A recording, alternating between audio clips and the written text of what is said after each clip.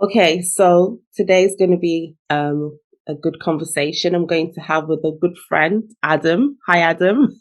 How you doing? So, a lot has been going on. A lot is always going on nowadays, right? And it just seems like there's always something that someone is being, or some people are being outraged, hmm about. So it got me thinking, I saw on Twitter, I saw a tweet by some random person I'm following. And I don't know if it was lyrics to a song or I didn't actually look into it, but it was just something along the lines of three friends. I presume they were all from different, races, black, white, whatever. And they were basically using racial slurs against each other, the N word and so on and so forth. And hmm apparently they all went and later on had a drink, everything was fine, everyone moved on with their lives and things like that.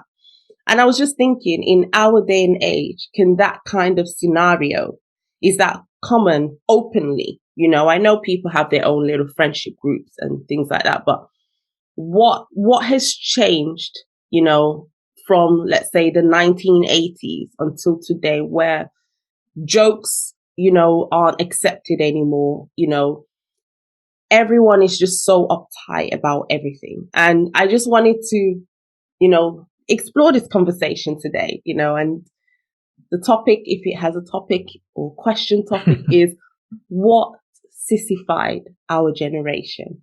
What's going on? So, all right. Well, I got a bunch of things that come to mind. So, we can start with the overprotection from the baby boomers.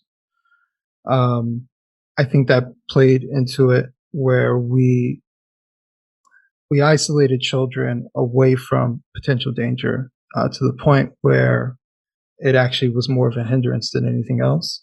Um, Jonathan Haidt likes to say that uh, children are not fragile; they're anti-fragile. We're supposed to experience certain downfalls. We're supposed to get bumps and bruises. That's how we actually get stronger. We're not china pieces where we fall down and we break and that's it. But by treating us that way, that's how we're turning out to be from an emotional standpoint. We've become fragile instead of being anti-fragile like how we used to be. And that situation that you brought up before, of just having friends and just using slurs with each other and laughing about it, is because um, some slurs are funny sounding, right? mm-hmm. And especially if it's coming from a friend, it's not coming from a bad place. I've had friendships like that where we call each other slurs, Mm-hmm. and to me, it was just funny. We were just laughing at each other, and we kept it moving. It wasn't as like an insult. And I think we've lost context when it comes to words. You know, uh, for example, someone got upset because I was having a discussion with someone, and he asked, "Can I use the N word?" Um, and I was like, "Yeah, that's fine." And he used the N word in context of what he was actually talking about, um, not as a slur directed towards me.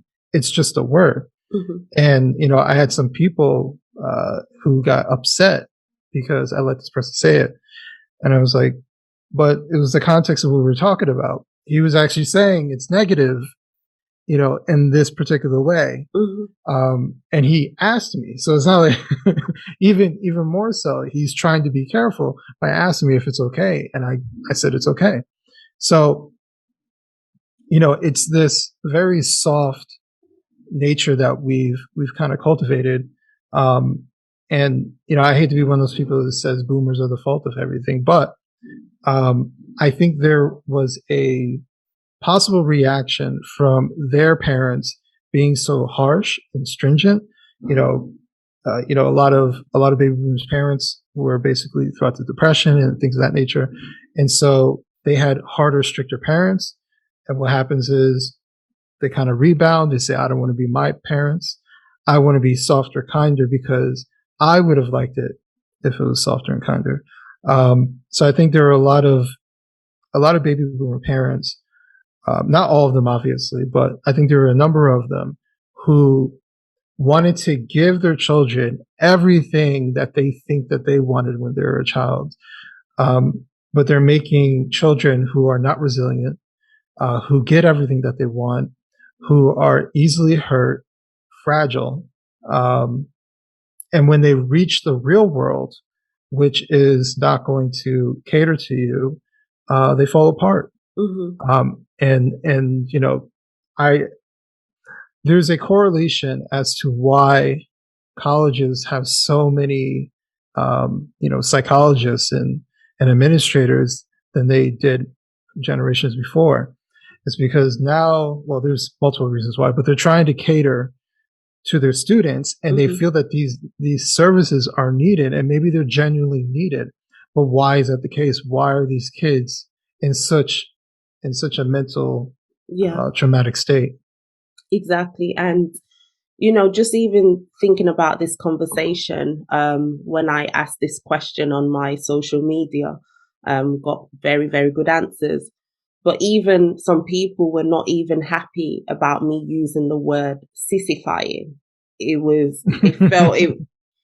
So they felt it was quite insulting. Like, what do you mean sissifying? So, I mean, I don't know if you have a different sort of definition, but sissify, when you're, you know, it just means sort of sensitive or overly sensitive, you know, being offended easily. And I feel that's literally what is happening nowadays, like you said. And I like the point you brought up about, it feels like our feelings are being catered for too much, or, you know, of course, our feelings, emotions, you know, all these things, everything about an individual matters. But it doesn't mean that we have to make that sort of the fact of the matter, or we make that, look, this is how they feel, so let the whole world revolve around this particular feeling and moment that this person is having. And I remember, you know, the thing about humans, the thing about people is that we are highly adaptable. And if you remove that ability, you know, if you take away that opportunity for someone to be able to adapt, be it mentally, be it emotionally, you will stifle them, and they will forever be in need of that constant catering. So I'll just give a very specific example. In Nigeria, where I was born, I always make this funny comparison for many different reasons, but I will make it relevant to this conversation. So ironically, in my country, I was actually like the lowest in the class when it came to just getting the work done, understanding the work. I remember my auntie actually had to help me with my homework many times. But the thing about them, or the system there, is that they don't care or need to know what your excuse is for not being able to understand the work. I was somewhat hyper. I was very easily distracted, you know, until today. I've just been able to manage it today. I have a very overactive imagination. I'm an overthinker, so I can't just spend time listening to one particular subject, which damaged my schoolwork. But the point is, when I came here, I found that it was the complete opposite. They were always trying to search for a reason why I couldn't understand or didn't want to understand, as opposed to pushing me as they did in Nigeria. But of course, sometimes it can be too much, which is what you mentioned about the boomers maybe feeling that their childhood was hard. So there has to be a balance. I do get that. Yeah. But if you can't strike a good balance, it's better to lean more to a way of pushing the person, pushing the individual. So I was really pushed mentally, you know, I was really, really challenged at school. And that is what actually stuck with me and helped me to actually be almost the number one when I came to England, you know. So here, if you're just a little bit more hyper than usual, there's a condition for that.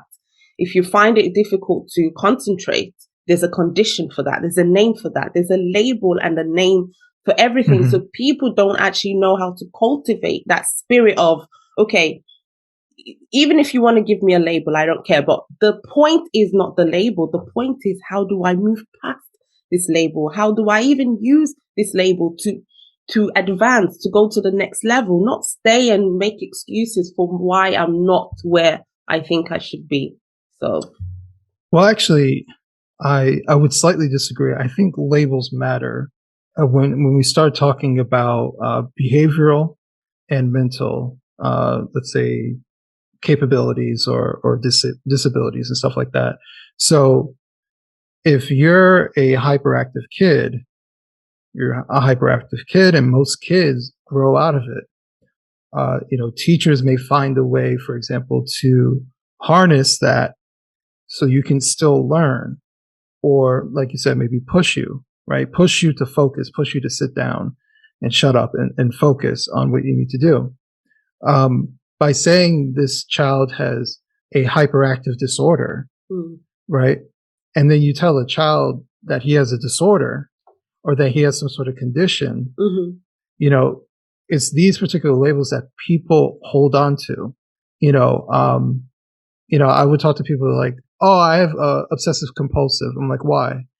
Oh, because, I have to do things in a very particular way. I was like, so does most people. Yeah, that's not a disorder. Like some people, I see it like this, like you said, balance. I see there's a medium, right? So like say for temperament, I know I am below median when it comes to temperament. Like I'm very calm, right? And there are people who are just average, and some people are a little bit higher in temperament. That doesn't mean that I have a disorder because I'm below average in temperament, that I need to have some sort of uppers prescribed to me to be more active. No, it's just that I choose to be this way and I'm very in control in the matter that I move about life. And that's perfectly fine. But by telling, and it's primarily boys that are affected by this, by telling boys that the way that they are naturally is a disorder, is a problem.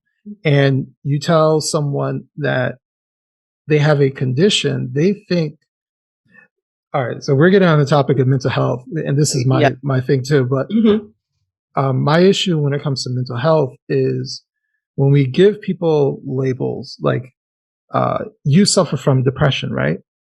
So then they think that, or even worse, when they say chronic depression, right?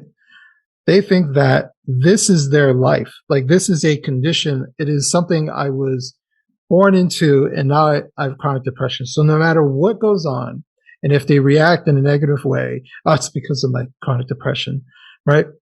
They see it as something permanent. And what people don't understand is if you work hard enough, these conditions are actually temporary, but they're not willing to see it that way, right? So their life could be fine, and then 2 years later, they have a bad spell and they're depressed. It's like, oh, it's my depression's coming back. No, like these are things that are normal, right? And or if natural, natural part of existence, right? Right. So if your life is shitty, of course, like, yeah, having a shitty life is depressing. Like you don't need a pill to make you swallow to make you feel like your life is actually better than it really is. That's unproductive. You need to overcome it. You need to find ways to improve your situation and not take these shortcut band-aids. And it takes a level of fortitude to understand that and to go through that. It's why I'm a big advocate for therapy, but I'm not a big advocate of just taking medication, right? Go to a therapist. You don't necessarily need to go see a psychiatrist. I believe psychiatrists are the ones who can prescribe, but you don't necessarily need to do that. You just need someone to talk to, and they usually know how to give you instructions on how to, whether it be exercises or things like that, or changing your mindset to approach life in a different way. And that's what I've done. I've done it with professionals, and I've taken those steps to use it in my life when I interact with something that is difficult, to work past it. And I've spread this particular message to other people in my life personally. So, by telling people that they're incapable of doing certain things, or like you said, sissifying, and making them weaker and making them more reliant, I think is completely counterproductive to actually having a successful life. Exactly. And I think that's why I'm not 100% about the labels personally, because I feel labels give you little room to wiggle out of that mindset. Yeah. So obviously for genuine, really, it's obvious that, this is the condition, this is the issue, then of course the label is needed so that they can also get the correct help. But Right. there is an overuse, and like we both agree on the same thing, really. There is an overuse on the labels, and you hit the nail on the head, because myself personally, I used to have that mindset of, this is who I am. I can't do this. I can't be like this.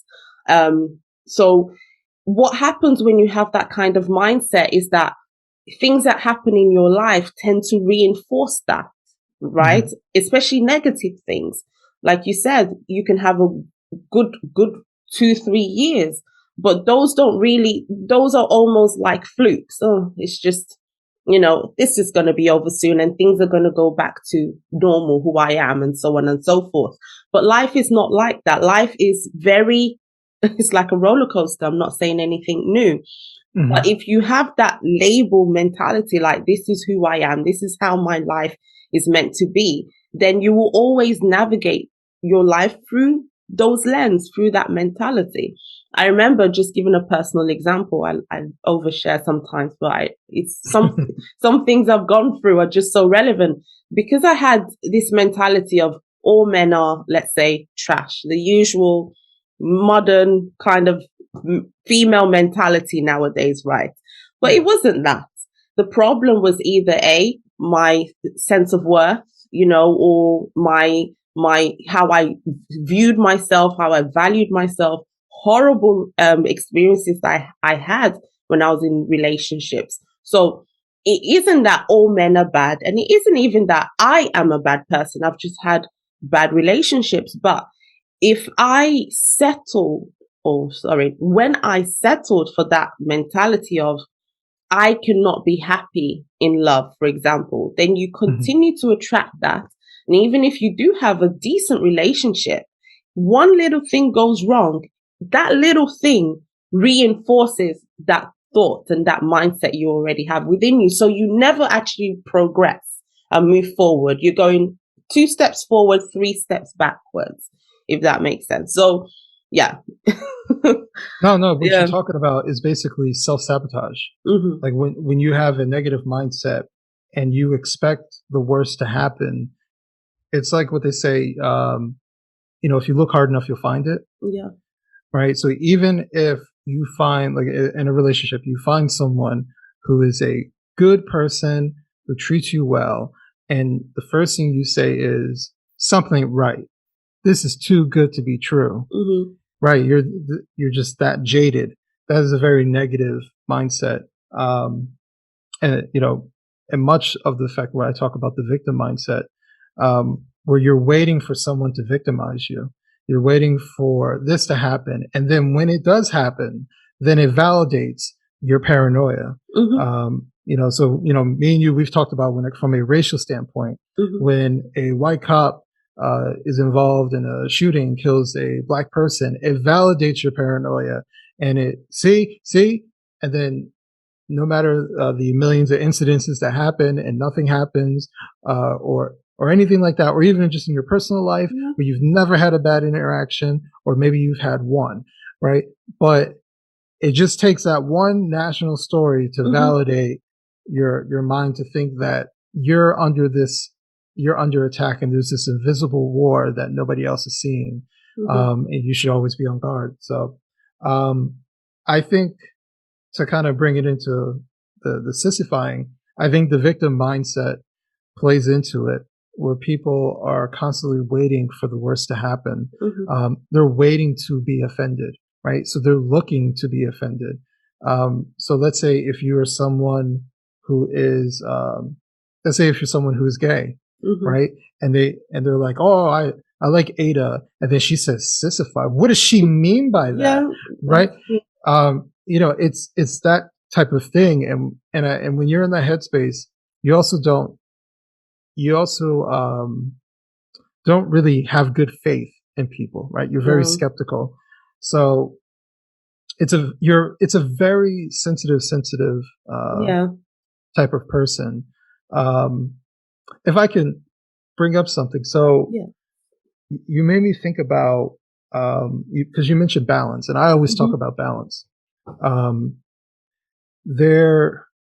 I personally think that there is. I mentioned the baby boomer part, but I think there is a correlation with women advancing within society, whether it be careers and working more, having more of a voice, which I have no problem with. Just so anybody's listening, I don't have a problem. A lot of people will be listening. But what I'm ultimately saying is that's female energy that comes out, right? And so on the balance of average, women tend to be more sensitive than men. Women tend to be more emotional than men. And so what we're seeing is a society, whether it be men and women, but I'm just saying collectively, that we've kind of tilted off balance when it comes to being logical, secure, and emotional and reactionary, right? And just to clarify, I'm not saying that women can't be logical, but what I'm saying on the balance of averages in a particular situation, women tend to be more emotional than men, right? And so when we're talking about someone being offended by a word, right? And not even necessarily a word used in a situation that hurts someone, just a word. That is a very sensitive person. And that is someone who's absent of reality, of a harsh reality that they're being protected from, to not understand what the real world looks like. Because I'm willing to bet in Nigeria, they're not so offended by a word used every so often. Come on, it's just so obvious. I touched on this in the last blog I wrote for Free Black Thought. Yes, I'm trying to plug this in, but yes, when I was talking about being black in the UK and being black in Nigeria, and this was one of the main things. We have. I don't like to say this word. We have more important things to worry about, because that's not a fair statement. I don't believe in relative struggle. Everyone's personal struggle is their own personal struggle, right? But we don't spend time dwelling on who made me feel good or bad or happy or sad. We're very sort of independent in terms of our emotion, in terms of how we react to things. Again, the balance has to be there, because sometimes that can be way over on the other side, where everything is so internalized because everyone's so busy, let's say, trying to, provide for their family and things like that, that they don't also have time for the, let's say, more sensitive, more emotional sides of life, which there is, time to reflect, time to stop. I'm not saying that doesn't happen, but it's not generally, as mainstream as, let's say, in the West, But obviously this comes with comfort. This comes with convenience. Now I'm speaking to you all on, Zoom. I've got my electricity, my water is there. I just turn on the tap. And so in many countries, even in some parts of Nigeria where it's very, very, very destitute and poor. I mean, in the UK, for you not to be able to have running water and electric in your home, you're pretty much homeless. You're without a home. But there are some homes homes, I'm talking about not people who are homeless, who cannot switch on their light and have their electricity on, or turn on their tap and there's water. That's the reality. So they have no time to be thinking about all these, I would almost say, arbitrary things, what someone said to me, how I feel, how I look,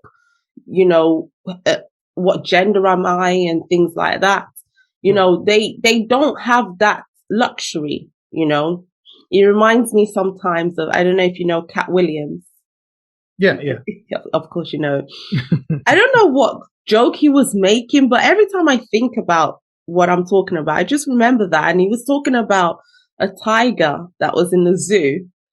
And it was like some people, I don't know, I don't know why I started this joke because I'm not going to say it right, but it was basically the tiger trying to think to itself, am I really a tiger? Like, because it got taken out from the wild, from where it was used to, and it's being like treated like, not how tigers are treated in the wild. So because of that free time, because it doesn't need to hunt for its food is given to it, because it doesn't have to, think about survival, because it's, in a cage, comfortable. It's not out in the open. So it has that extra time to think, am I really a tiger or am I something else? Am I a zebra? Am I this and that and the other? And I feel sometimes, that's what happens in countries like the UK and the US. We are so free and protected in this bubble, that we don't realize. And that's what gives us that idle free time to think about other things. Okay. Yeah. I agree with you. And you use the word luxury. I don't think it's by accident that you see, let's say in the United States, either upper class or upper middle class, very progressive people, who have this sense of entitlement to always be in touch with their feelings, right? And feeling like they have to be virtuous and all these particular things. It reminds me of someone that I know who's a millionaire, and his kids are socialists. Wow. Right? It's a weird kind of thing. Mm-hmm. But they have the luxury to think that they are socialists. To think that they can be constantly in touch with their feelings and think that everybody should be this particular way. Mm-hmm. So it's a very luxury kind of way of seeing the world. You had mentioned how people in Nigeria are more like independent when it comes to their emotions. Mm-hmm. There is a dependency that you'll see on emotions, right? They like to use the word validate. All right. Don't ignore my emotions. Yeah. You need to. They expect people to kind of validate their feelings. Don't disregard what I'm saying. Mm-hmm. Like it doesn't. So it's a level of entitlement. I actually wrote an article talking about this with someone who wanted me to be offended about the Dave Chappelle situation, the last special. Okay. In regards to talking about the Jewish joke. Mm-hmm. And showing me all this stuff, and I'm just like, I'm principled. I'm the same way, regardless of who he's talking about. If you don't like it, don't watch it. Yep. Move on with your life. What does he have to do with you? Mm-hmm. And I don't care if you're Jewish, black, whoever. I'll say the same thing to you. Mm-hmm. It doesn't matter to me, right? And they blocked me because they didn't want to talk to me, which is fine, right? Because in my opinion, it's their loss. Mm-hmm. But it goes to the level of entitlement that you think that I should get emotionally invested for your cause. Mm-hmm. For what reason, right? What am I getting in return for being emotionally invested? What makes you think I have the time, patience, and energy to be offended on your behalf along mm-hmm. with you, mm-hmm. right? And I think it's something that we really need to think about when it comes to stuff like that. Mm. Are you hold here? on, what? You hear that too? Let me pause. Okay, so what I actually wanted to do, we kind of went ahead of ourselves, which is amazing. And that's why I didn't want to do it the way I wanted to, because I asked the question on Instagram and I got answers from everyone. And I actually wanted to go through each of their answers and get your opinions on each of them to see if this actually contributed to the sissifying of our generation, but you actually touched on quite a few of them indirectly and directly, but we will go through some of them, some of what they said. So I asked, what sissified our generation? And someone wrote, well, everyone nowadays gets a trophy. So participation trophies have contributed to the sissifying of our generation. Quite a few people actually replied, actually made that point. So what do you think? What do you think about participation trophies? Good, bad, contributed, or has nothing to do with it? It could be, I kind of feel like the trophy is like the last relic of something that's already been there, right? So the trophy is just a continuation of other things that were probably going on, like moving kids along, even though they're failing, giving them second or third chances to make up assignments, things like that, not allowing kids to fail, to show that they are actually weaker than they think they are, but you can build yourself up from that. But you can't skate along and think that you're smarter than you actually are.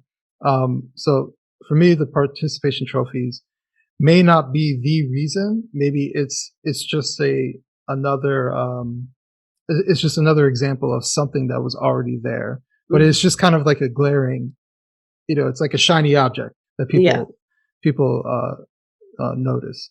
I don't think it's good. At all, like in any circumstance. No. I think showing up is a bare minimum. And you shouldn't get rewarded for showing up. That'd be like if your boss praised you for coming into work on time every day. It's just like, well, I'm supposed to. Yeah, I get you. So it's that mentality of people feeling like they need to, it's like a special reward for doing the things that they ought to be doing. Right. And I think that's what stops many people from doing the things they ought to be doing, because there's not that special pat on the back, I find, I mean, well, why do you need it?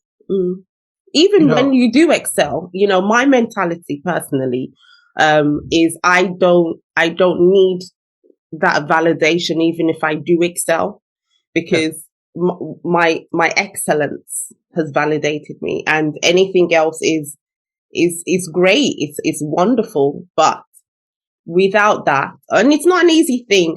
I'll be very honest. It's not an easy thing to be so satisfied with what you do or who you are.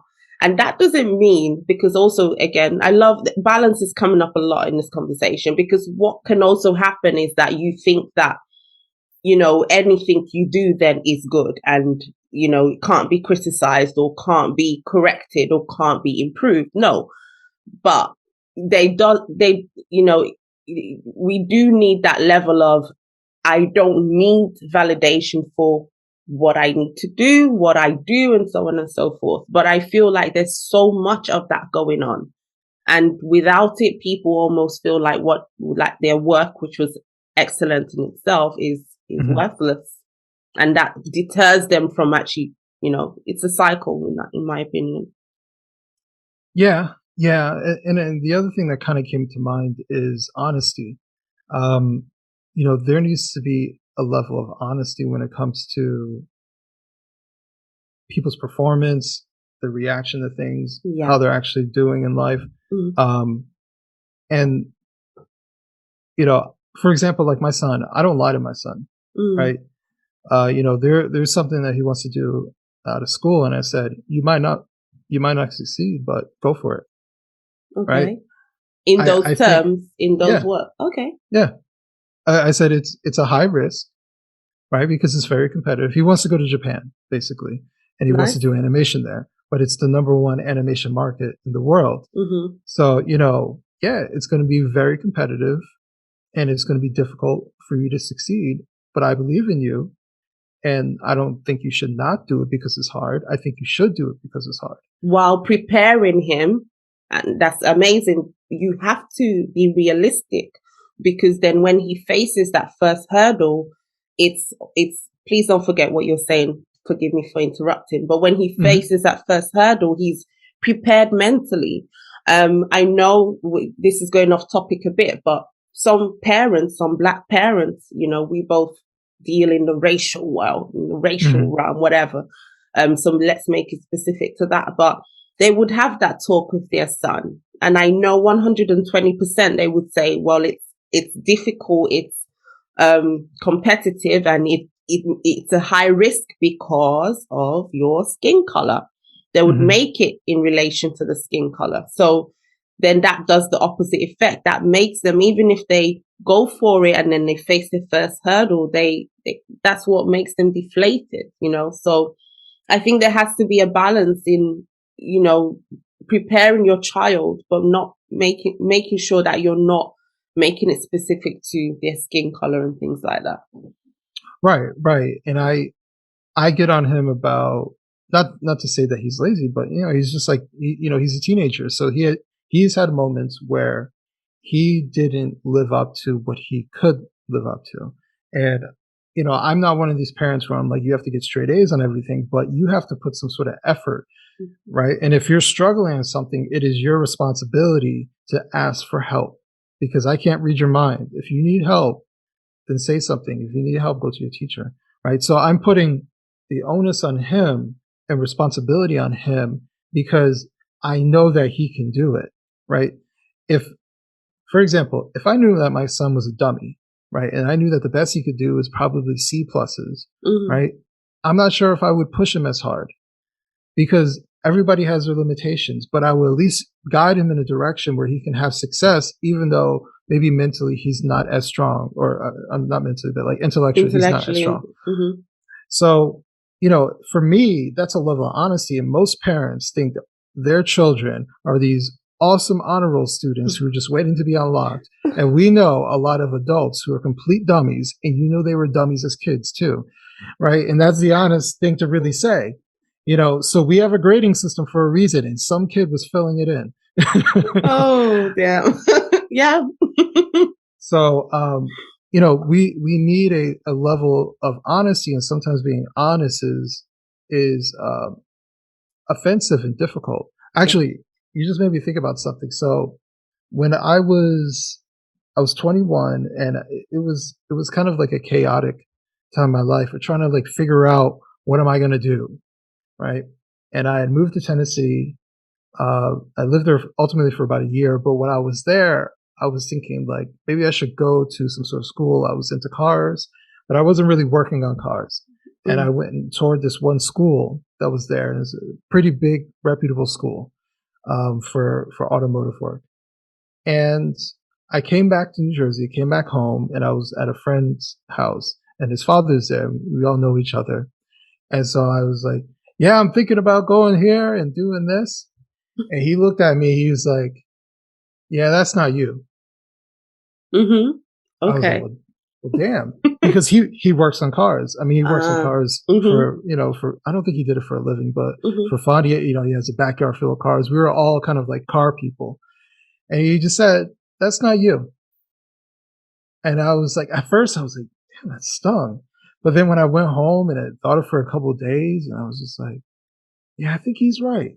I think he's right. And that was an uncomfortable, honest thing that another grown man had to tell me. I didn't have my father in my life. And so having an adult male look me in the eyes as someone who knows me and actually cares about me and says, that's not a good path for you, right?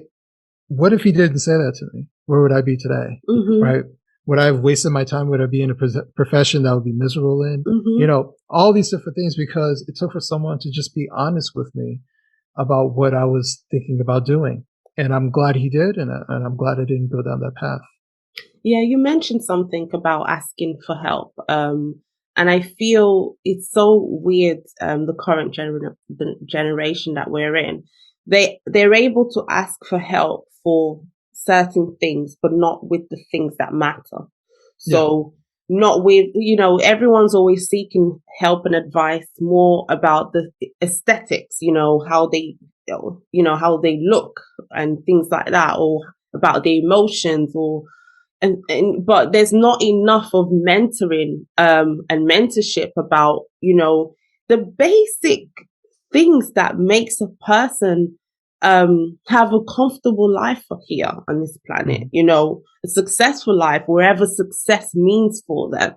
Things like, hard work, resilience in mind, attitude, perspective. There's not enough of that. And that's why, these gurus nowadays, these motivational speakers, that's why it's such a lucrative profession now, because they're literally saying some of the most basic things. You're paying thousands of dollars for someone to say, seize the day, just, but these are basic things, and there's not enough of that.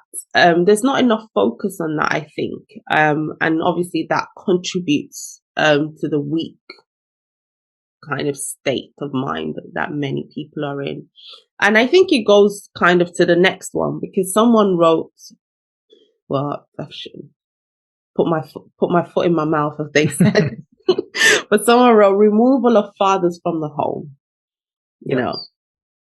and that came up quite a lot. And there was actually an extensive discussion about that, because it's a very sensitive subject. And, my personal motto is whatever is the most sensitive subject is because there's some kind of truth there, that stings. Like you said, like exactly what you just said, the thing that stung you, the thing that hurt you the most is actually the thing that actually benefited you the most without you knowing, which is your friend, whoever's giving you that wake up call of this isn't you.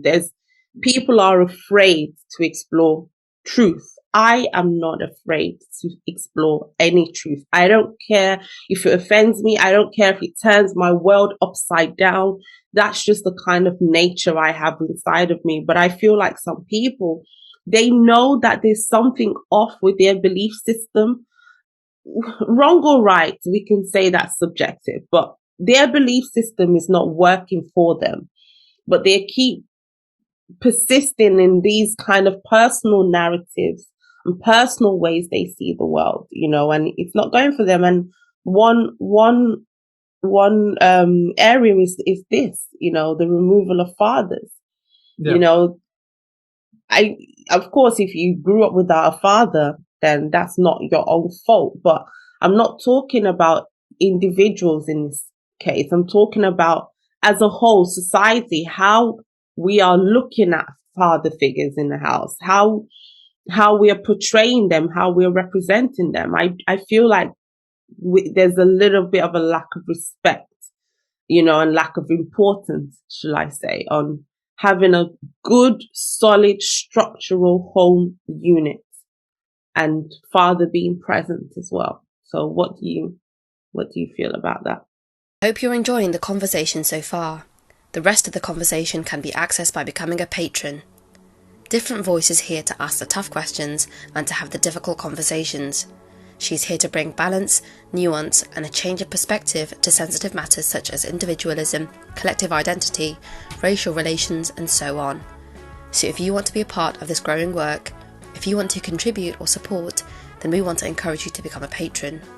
Head over to patreon.com/differentvoicex to have access to cool benefits and even watch this conversation in full. Yes, you'll get exclusive access to conversations and her deeper thoughts that will not be shared on other platforms. So that's patreon.com/differentvoicex. And as always, we greatly, greatly appreciate and thank you for the support. See you in the next one. Take care.